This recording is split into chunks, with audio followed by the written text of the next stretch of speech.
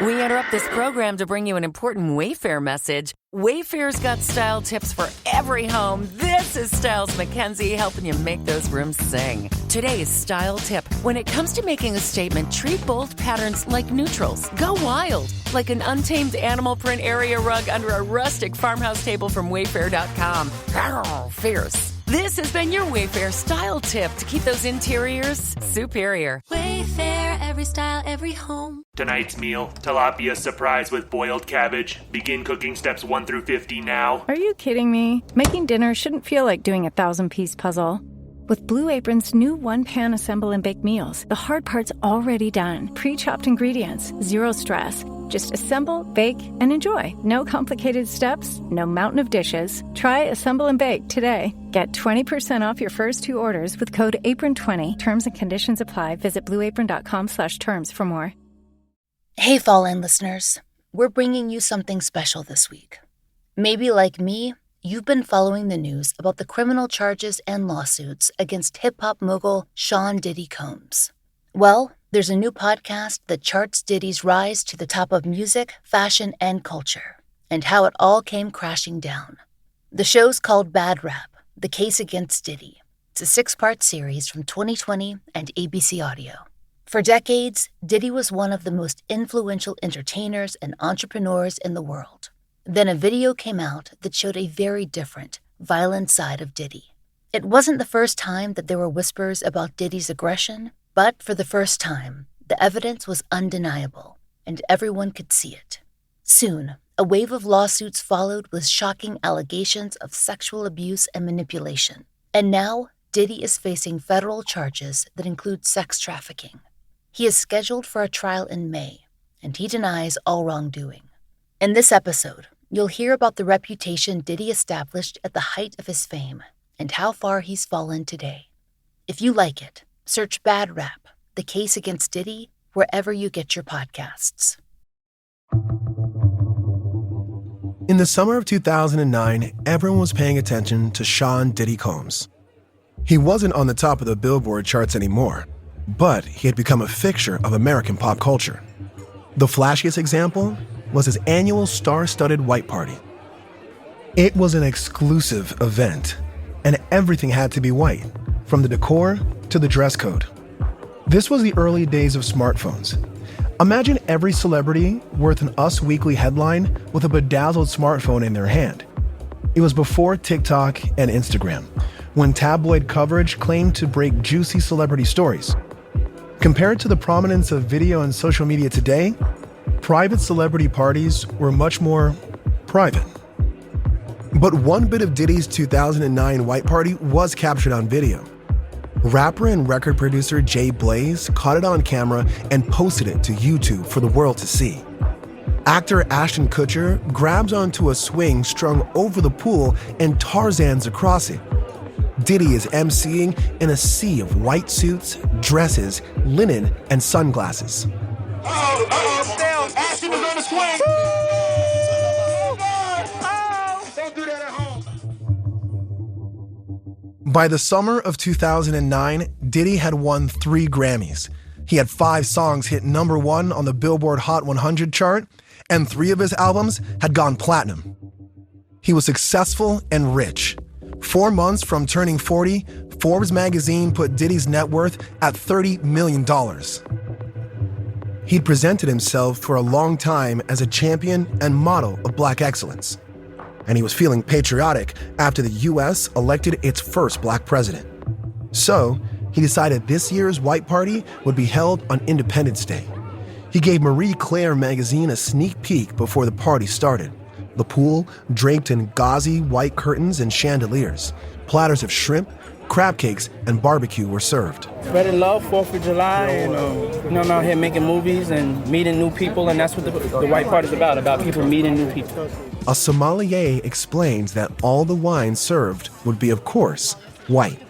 We are going to be pouring some wines from the south of the Burgundy region, a Macon Village and a Pouilly Fuissé.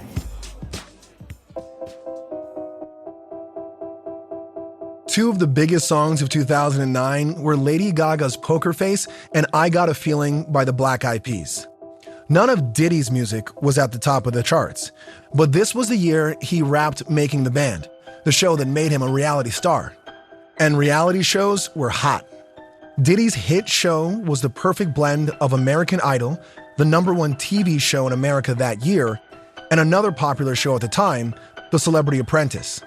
On Making the Band, Diddy presented himself as a kind of Trump-like figure of the music industry who would crown the next big pop group. Diddy had been throwing these Gatsby-esque white parties for almost a decade. The first was on Labor Day in 1998, when he had just bought a home in the Hamptons.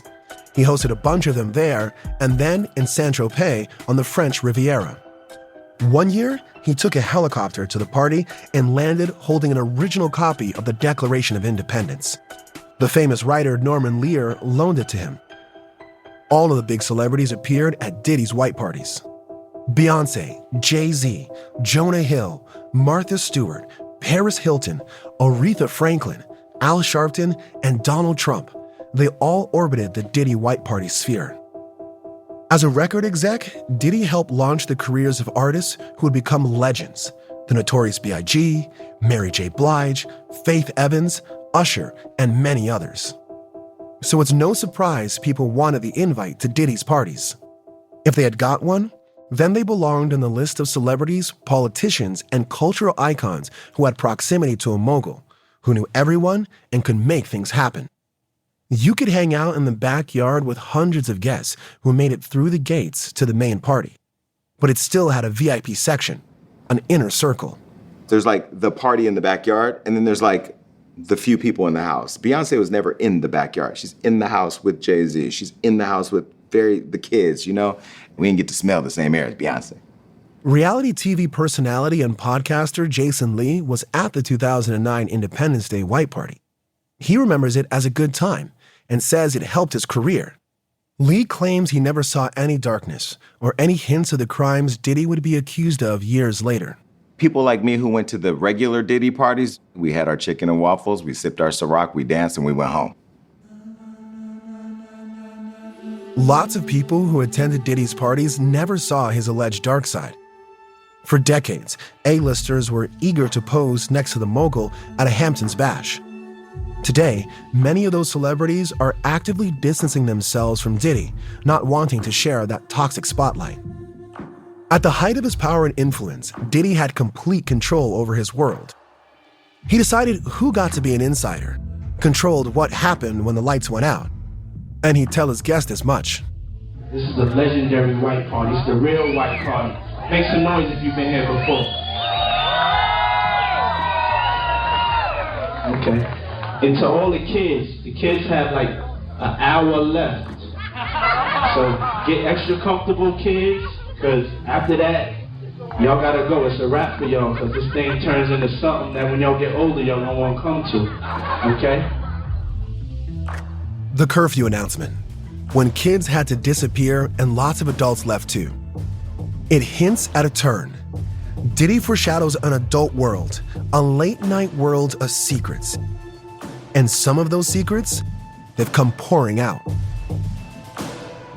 Diddy's rise and fall. It's the story we'll tell you in the first 6 episodes of this podcast. How a man who was on top of the music industry and on top of the world is now confined to a cell that couldn't be less luxurious, awaiting trial. And once the trial begins, we'll take you there with twice weekly updates as the case unfolds. 2 very different versions of Diddy have emerged over the years. The charmer that he showed the world, and the predator that onlookers and alleged victims are now claiming he was all along. Which version of Diddy will win out in court? I'm Brian Buckmire, an attorney and an ABC News legal contributor. From ABC Audio, this is Bad Rap, the Case Against Diddy.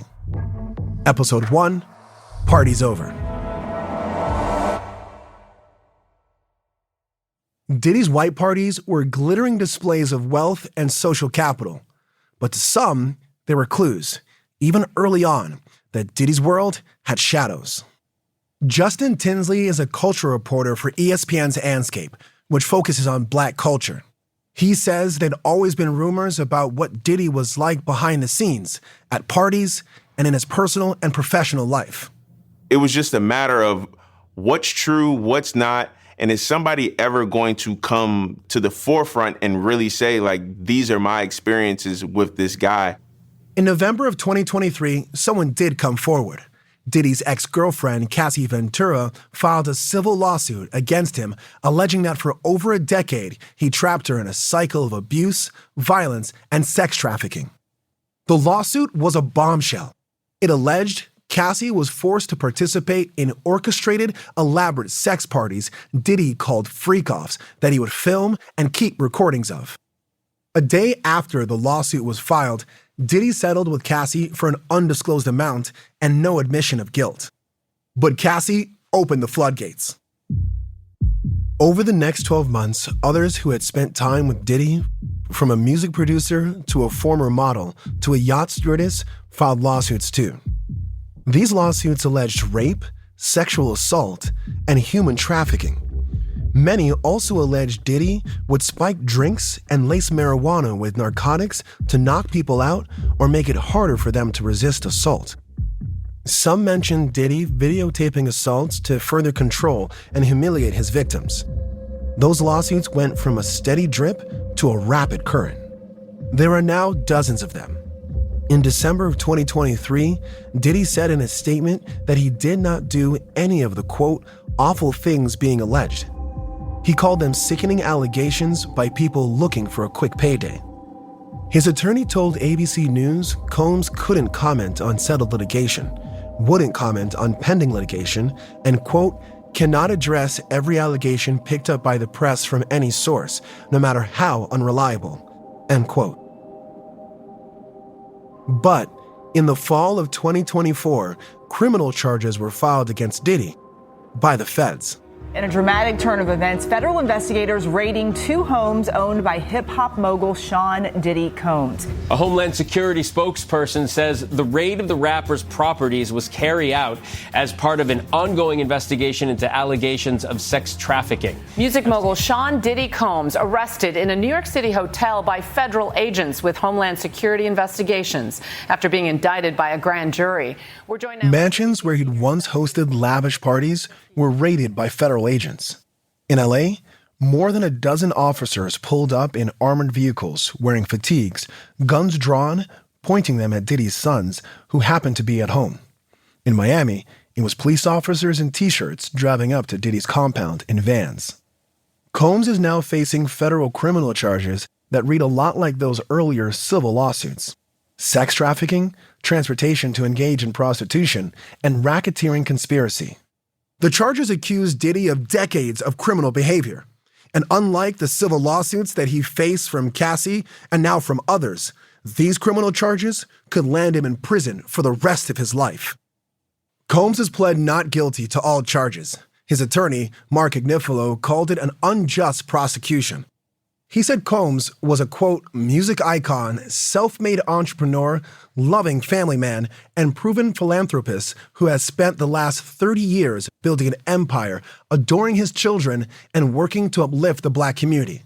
He called Combs an imperfect person, but not a criminal. Once these lawsuits and charges were filed, reporters and fans started looking at Diddy's past with more scrutiny. And up close, knowing the allegations against him, even his famed summer parties started to look very different. Like this clip from an appearance on Conan O'Brien's show in 2002. Conan compliments Diddy on being a legendary party host and asks him for tips on throwing a, quote, killer party. A lot of ladies drink water at parties. They just, so you have, if you don't have what they need, they're gonna leave. Right. Gotta keep them there. Right. You need locks on the doors. Okay, this is sounding kind of dangerous now. It's a little kinky, but yeah. A joke about locking doors so women can't leave lands a little differently now. I've been captivated by Diddy's rise and fall for 2 reasons. The first one is pretty straightforward. When I was growing up in the 90s and 2000s, Diddy was everywhere. It's hard to be a millennial and not know his music or his impact on the music industry. One of his most popular songs I remember playing on the radio in elementary school was his All About the Benjamins. What y'all wanna do? Wanna be ballers, shot callers, brawlers, who be dipping in the bins with the spoilers. And Can't Nobody Hold Me Down. Can't nobody take my pride. Can't nobody hold me down. Oh no, I got to keep on moving. He marketed himself as a kingmaker in the world of hip-hop, and everything he touched seemed to turn to gold. He turned hip-hop from being a thing my mom probably didn't want me to listen to something that could make you into a billionaire businessman, something my mom would approve of. Back then, before the lawsuits, before the allegations and scrutiny, Diddy was someone you could look up to. But I'm not a culture reporter or a music journalist. I'm an attorney. I spent almost 10 years as a public defender in New York City, the last few of those in the homicide unit.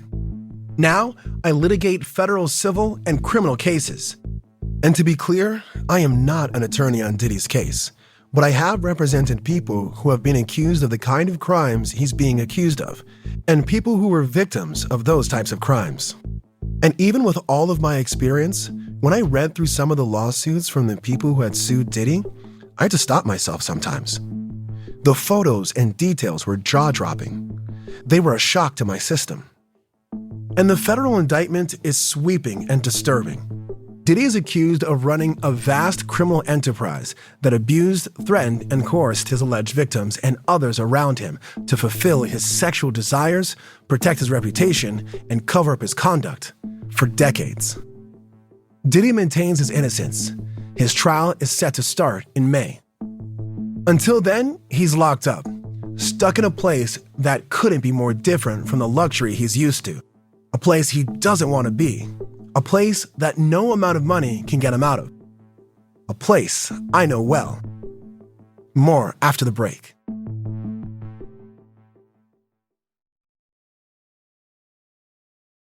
In Diddy's old life, he could choose which of his many homes he wanted to spend time in. A 3-story mansion overlooking the Pacific Ocean and downtown LA, a compound in Miami including a 9-bedroom mansion, a New York City apartment with views of Central Park, homes in New Jersey and Atlanta, and a waterfront mansion in the Hamptons. Now, Diddy's in the Metropolitan Detention Center, or MDC, in Brooklyn. This bland behemoth is where he'll stay as he awaits trial.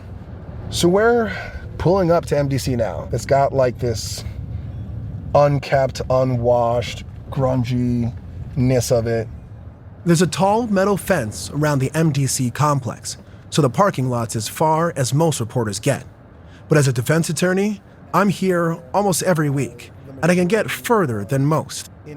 I walk through the gate, up the steps, and through the doors to security. I get escorted into the visitors area, and I meet my client for about an hour or two. For the parts of the jail I can't see, my clients fill me in. About how boiling hot it is in the summer, how cold it is in the winter. An inmate told me that at one point, when there was no heat or hot water, he couldn't go to the showers and instead was dumping hot water onto his body from the sink, washing himself and catching the water in the toilet. I had to come to MDC on that cold, gray day in January to meet with a client who was awaiting sentencing. Getting out of my Uber, I looked up at this complex of tall, concrete buildings. And the gate before you come in, you can actually hear people. It almost sounds like they're like rec hour. Yeah, it sounds like they're playing a sport. Each of MDC's buildings are 10 or more stories tall. And where the windows in a typical apartment would be, you have red brick slabs with narrow slats and big sections of metal grating that give you the impression of a locked jail cell, even from the outside. MDC is right on the Brooklyn waterfront, just a few blocks from a bougie converted warehouse space, full of artisanal shops and upscale restaurants. But if you're part of the legal system in New York, you know that MDC is not a nice place to be. In fact, it's been described as hell on earth, known for its violence, corruption, and miserable conditions. It's a federal building, so you can see Department of Justice, Federal Bureau of Prisons. You see the American flag. And the building has watermarks and rust on the metal parts and things of that way. Over the years, it's housed some people you've probably heard of, like R. Kelly, Michael Cohen, Ghislaine Maxwell, Sam Bankman-Fried, Luigi Mangione, and Sean Diddy Combs. Combs has been at MDC since he was arrested last September. According to his attorney, Mark Agnifilo, Diddy had flown to New York to cooperate with authorities. He came here to turn himself in. He's been looking forward to clearing his name, and he's going to clear his name. Paparazzi and onlookers caught snippets of Diddy's visit to New York last September. And from those photos and videos, it looked like he was enjoying his time, talking and smiling with fans, playing hacky sack in Central Park, strolling through the city with his family. If Diddy had plans to turn himself in, he didn't do it for the first 12 days he was in New York. But on the night of September 16th at the Park Hyatt Hotel in Midtown Manhattan, Homeland Security investigations agents caught Diddy by surprise. You could see on the hotel security footage that Diddy walked into the front door and the agents approached him. They separated him from the group he was with, put handcuffs on him, and took him away. The day after Combs' arrest, the prosecutor at the time held a news conference to announce the charges. Combs allegedly planned and controlled the sex performances, which he called freak-offs, and he often electronically recorded them. The freak-offs sometimes lasted days at a time, involved multiple commercial sex workers, and often involved a variety of narcotics such as ketamine, ecstasy, and GHB, which Combs distributed to the victims to keep them obedient and compliant. Because of how serious and violent the alleged crimes are, Combs was ordered held without bail. ABC News chief investigative correspondent Aaron Katursky was in the courtroom. Sean Combs entered in a black T-shirt, gray sweatpants, and sneakers. He actually looked a little stunned as he surveyed the imposing room. Several of his children and his sister were there watching as he pleaded not guilty. And then they saw him led out by the marshals after the judge ordered him into custody without bail, David. Aaron Katursky leading us off. It didn't surprise me that things didn't go Diddy's way with bail. The allegations and trafficking charges are very serious. And if Diddy were out on bail, the fear was he'd have the ability to reach witnesses and possibly intimidate them. I didn't think there was a chance he was getting out. But that didn't stop Diddy or his attorneys from trying. Diddy's attorney told reporters before the start of the bail hearings, MDC was no place for his client. I told Mr. Combs I'm going to try and get his case to trial as quickly as possible. I'm going to try and minimize the amount of time he spends in very, very difficult and I believe inhumane housing conditions in the special housing unit of the Metropolitan Detention Facility. Over and over again, Diddy tried to get released. He tried offering a $50 million bond. He tried offering home confinement. He tried to prove he wasn't a flight risk, attempting to sell his private plane, and saying he'd surrender his passport to his attorney. He was trying to be a cooperative defendant. But no, Sean Combs was denied bail 4 times. ABC News Live, a judge has denied bail for Sean Diddy Combs. Of course, Sean Diddy Combs has been denied bail once again. A judge in New York denied music mogul Sean Combs' request for bail, saying Combs is potentially dangerous to the community. The judges were also concerned he'd obstruct justice and intimidate witnesses. That last part, witness intimidation, has become a big issue in Combs' case in recent months. In one of his first bail hearings, prosecutors presented calls Diddy made and texts he sent before his arrest. They said Diddy reached out to potential witnesses, telling them they'd be taken care of financially if they stuck by his side. And then in November, after he'd been at MDC for about 2 months and was up for a third chance at bail, prosecutors alleged Combs had been paying other inmates to access their phone accounts and, according to the government, avoid law enforcement monitoring. And prosecutors said they caught Combs on recorded calls from jail asking family members to reach out to potential victims and witnesses and urge them to come up with narratives to sway the jury in his favor. Prosecutors wrote in their court filing, the defendant has shown repeatedly, even while in custody, that he will flagrantly and repeatedly flout rules in order to improperly impact the outcome of his case. The The defendant has shown, in other words, that he cannot be trusted to abide by rules or conditions. Diddy's attorneys responded to prosecutors' arguments by saying the nonstop drumbeat of negative publicity has destroyed Combs' reputation and will make it virtually impossible for him to receive a fair trial. So Combs isn't back in his $48 million mansion on an island in Miami Beach, where at one point he'd asked to await trial. Instead, he's being detained far from the pools, hot tubs, cabanas, and ocean views he's used to. So what's it like being an inmate at MDC? What's it like being a celebrity and alleged sex offender in MDC, a notoriously dangerous and neglected jail? After the break, we meet someone who gives us an inside view of MDC most people don't get to see, and a window into Combs' life behind bars.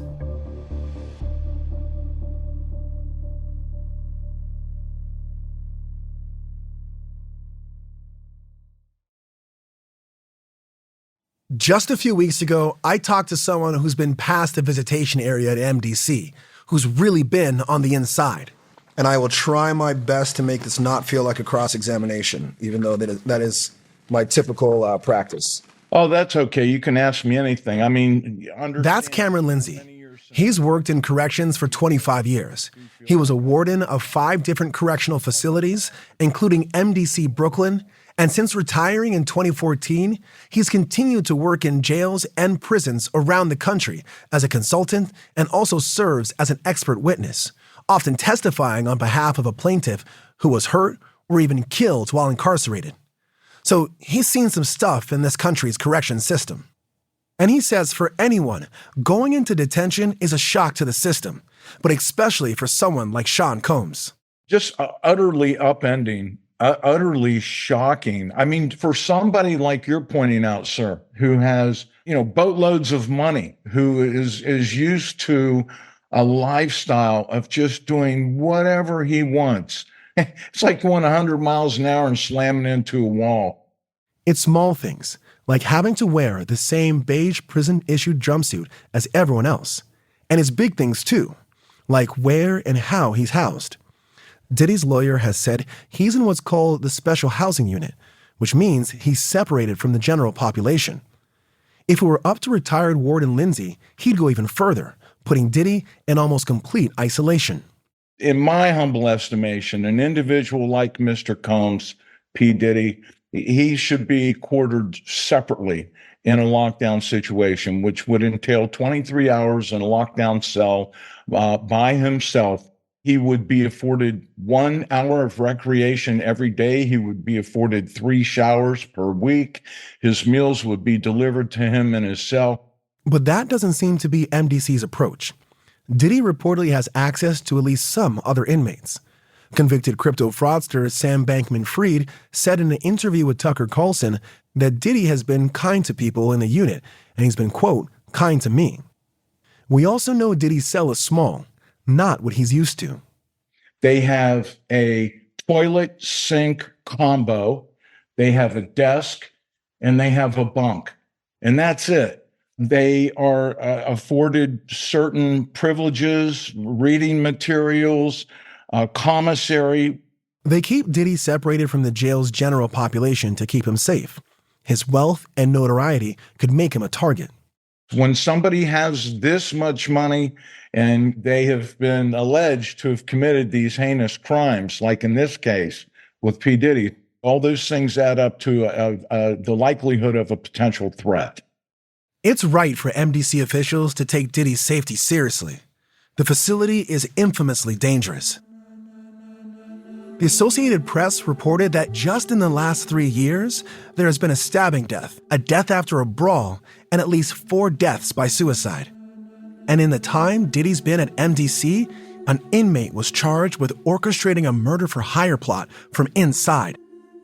A Southern District of New York judge said in a 2024 opinion that defendants at MDC Brooklyn complain of, quote, near perpetual lockdowns, dreadful conditions, and lengthy delays in getting medical care. He and other federal judges have refused to send defendants to MDC on the grounds that conditions are so bad. Conditions at MDC sank to their lowest in 2019 with what Lindsay calls the freeze-out, when nearly 1,700 inmates had to live in below freezing temperatures for a week. They couldn't get the power on for like a week. And I was just so perplexed by that. And so that was the first thing that started getting my attention. Like, what the heck's going on with the agency? There was a heat and power outage at the same time. Cells were dark. Toilets wouldn't flush. And access to food, medical care, and phone calls were cut off. Inmates sued, the Department of Justice investigated, and a settlement was reached for about $10 million. When you're incarcerated, sometimes getting the bare necessities can be a struggle. But what happens when your clientele includes people with means? People who are used to buying whatever they want. Lindsay doesn't know anything about Diddy specifically, but I asked him about corruption in general. So if I tell you that I've heard stories like, well, people are buying cell phones inside of MDC and people are having sometimes lobster dinners or dinners brought to them that you're wondering, how are you eating like this in MDC? Are those shocking to you at all that I'm talking to you about lobster dinners and cell phones in MDC?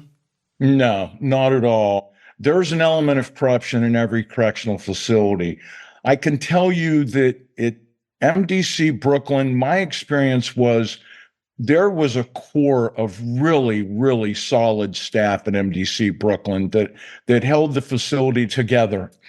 Unfortunately, however, there is a disproportionate element of misconduct and corruption within the Metropolitan Detention Center, Brooklyn. So it's true and disappointing. It's hard to know the precise impact Diddy's presence has had on MDC, but retired warden Cameron Lindsay says it's reasonable to think there's been increased scrutiny on the facility from higher-ups. We do know since he's been in, there have been lockdowns and contraband sweeps involving other inmates, in which investigators have seized drugs, homemade weapons, and electronic devices. I can't even imagine the pressure that's coming down from the top of the administration down. I would think that the word coming down is, you better keep these people safe and make sure that you're doing your job.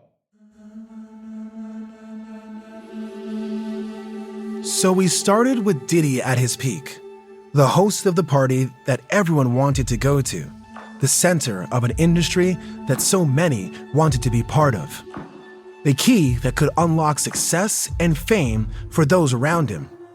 But now he's locked up and can't even control the most basic things, like when he eats or bathes. How did Diddy go from mogul to inmate? How did he build not just a career, but an empire? And if the allegations against him are true, how did he get away with the violence, abuse, and manipulation for so long? Coming up on Bad Rap, the case against Diddy.